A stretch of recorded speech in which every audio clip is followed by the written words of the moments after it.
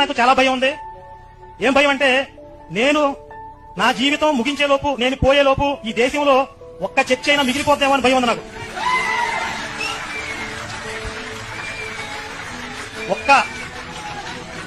ఒక్క పాస్టర్ గాడైనా, ఒక్క zombie virus అయినా మిగిలిపోతారేమని భయపడుతూ ఉంటాను ప్రతి క్షణం. సంపూర్ణంగా నా భారతదేశం నుండి ఈ మాఫియాని తరిమి కొట్టడమే నా జీవిత ఆశయంగా బతుకుతున్నాను. ఇందులో ఎలాంటి భయానికి పెరుగునికి తావు లేదు. మనిషిని హిందువుగా చూడద్దు, ముస్లింగా చూడద్దు, క్రైస్తవుడిగా చూడద్దు, బౌద్ధుడిగా చూడద్దు. మనిషిని మనిషిగా చూడద్దు. కష్టమా? చాలా కష్టం. చాలా ఈజీగా, చాలా కష్టం. మతం తట్టుకోలేదు, బట్టలు చింపేస్తుంటది. నిజంగానే మతము తట్టుకోలేదు మనిషి. Try to live a real human life. నిజమైన మనిషిగా బ్రతికి చూడు. మతం మెల్లిమెల్లిగా తన పట్టు కోల్పోతుంది.